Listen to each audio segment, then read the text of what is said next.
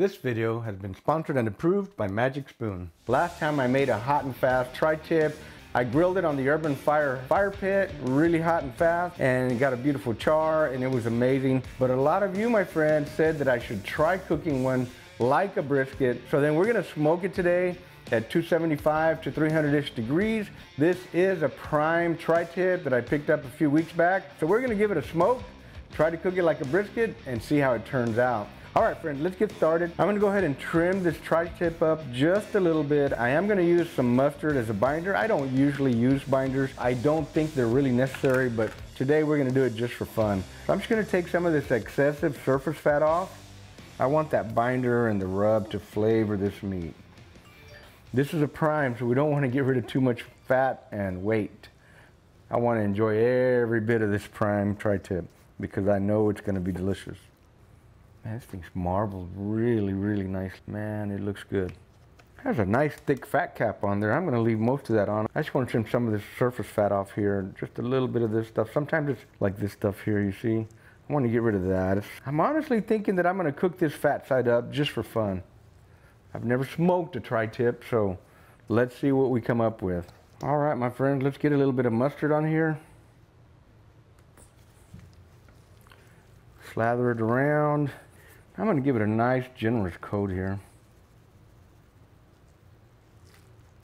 Want to make sure you get the sides.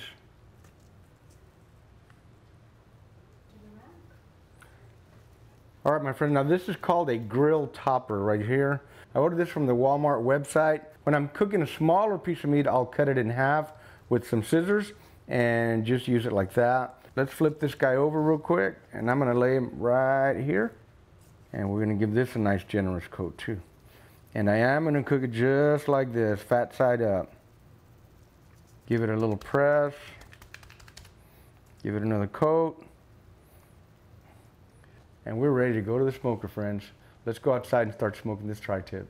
All right, friends, it's time to lay this little tri-tip on here. We're going to put the thick part over toward the fire. We're cruising right around 300 degrees there. I'm going to try to throttle this back a little bit, and I'm going to get it way over here, a little further away from the fire, and let's just see what it does. All right, we close the lid.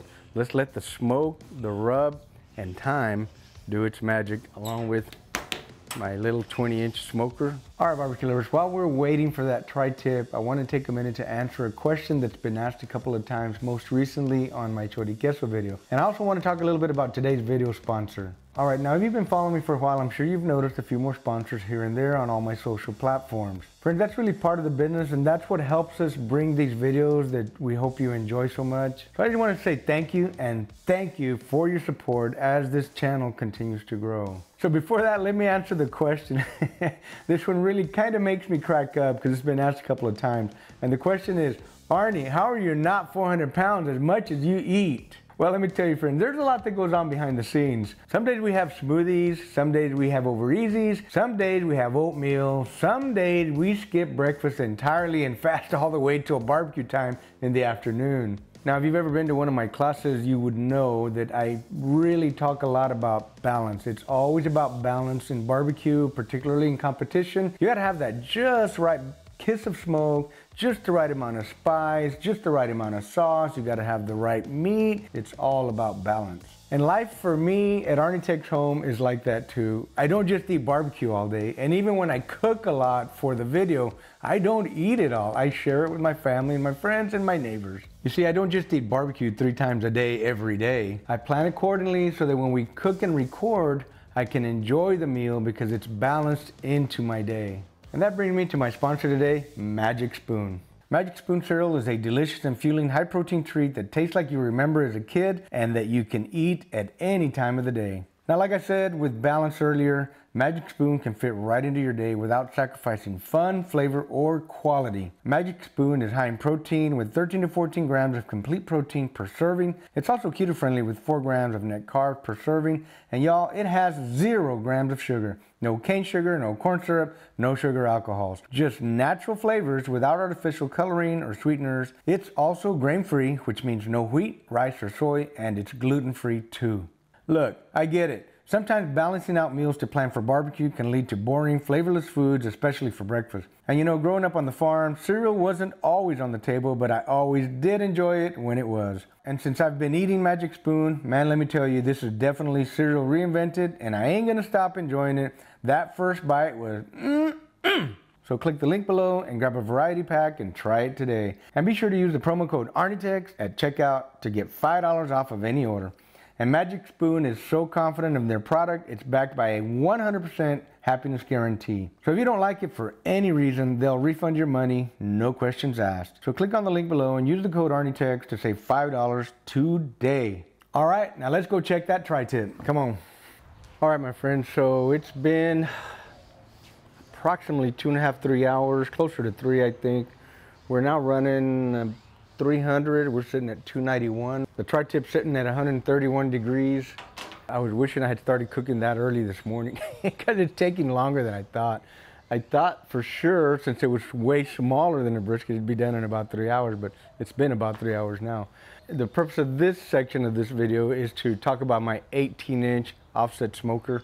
For some reason, I thought it was a 20-inch, but it's actually 18. That was my second major offset stick burner that I bought many years ago that I kept for myself. Now, back in the late 90s, I had started to buy and sell barbecue smokers. This is one that I kept for myself. This was the second one. The first one was the 16-inch smoker that I had sold the smaller 16-inch to one of Terry's brother-in-laws. And I finally wrangled it back from him like in about 2014, I think it was, maybe 2013. I refurbished that one, took it on the comp trail. We won a lot of brisket calls. This one I never took on the comp trail because I had already sold it to my brother-in-law. During that 20 years, he did replace the firebox on this one. The firebox is a little bit smaller, but it seems to be working fine. Like all small offsets, you have to run very small logs to get a decent clean burn in your firebox. And what I mean is, if I was to put this big old log in there, it won't burn. There's not enough airflow in a small offset to burn something like this. Maybe at the beginning when you have a really nice hot base coal, it would get fired up, but you'd be running 500-600 degrees most likely for this to be lit and actually on fire. If there was enough draft to burn, it'd be 500-600 degrees. That first one that I bought, the 16-inch, and this one came from Smithville, Texas. I used to buy them in Smithville and I used to buy them in Uvalde, two totally different style of grills and smokers. I did try building them myself first. Too much work for a guy that had a full-time job. These were, at that time, the finest, best made from a quality fit and finish standpoint that I had ever seen. And even to this day, I mean, this is like laying dimes down. Those of you that are welders know what I'm talking about. This one, I'm just happy to have it back, just because it was one of my smokers. So I'm adding it to the collection, or as my wife likes to call it, the junk pile. But so if I'm gonna run this tri-tip like a brisket, I think we're gonna be eating at 10 o'clock tonight. It's kind of what it's looking like. And so, hey, it is what it is, man. I did have that tri-tip in my refrigerator at 36 degrees when I pulled it out. I should have brought it out a little bit earlier and let it sit on the counter and temp up, but I literally pulled it out of the refrigerator, seasoned it, and stuck it into the smoker. So this is actually the first smoke on it since I got it back. So anyway, we'll be back. Y'all stay with us. We're smoking a tri-tip. It's 10:34 at night. This tri-tip took a lot longer to cook than I thought. I think, you know, I was trying to run at 275, 300 there the first few hours, and didn't realize how late in the day it was. We're sitting at 201 right now. I'm gonna give it about 5 or 10 more minutes. I normally like to get my meats down to the 150 range, 155 range before I slice, but we literally did not eat all day today. We had apple and a toast in the morning and a baked potato that literally was supposed to be dinner with the tri-tip, and so we ate the potato because we were starving. So we're gonna slice it, just get a little bite, and call it a night. Let's see what it turned out here in just a couple of minutes. I'm gonna open this foil up and let it vent. Ooh, this thing shrank up a little bit. Look at that. Now this tri-tip shrank quite a bit compared to the one that I did when I grilled it hot and fast. This was a longer cook. Hopefully the fat rendered really well and it still stayed juicy. Let's take it out of the foil and see what it looks like. It does feel soft. Wow. So I'm gonna cut it across this way. Hopefully we're good with the grain there. It's soft. It's really soft. Wowza. Has a real nice pretty bark. Now it is still smoking hot, friends. You can kind of see there that it's very moist still too. Mmm. Wowza. Look at that. Comes right apart. Mmm. This looks really, really good, friends. Looks really good. It's hot, very hot. Now you can see there it's a very, very moist piece of tri-tip. It's really, really soft. I do think if we would have let it rest for a couple hours or at least 1 hour, it would have reabsorbed some of that moisture and juice and oils, and it would have been even juicier than it is now. But it's actually very, very good, just like that. It is really, really good. This brisket rub is good on any beef, man. Especially bigger meats with a longer cook. Man, I can just tell that's a really, really delicious bite right there. Most excellent. A little bit of fat there. Whew, that's good. Even the thinner part over here, still pretty springy. Comes right apart, and it's not dry at all. It's just really good.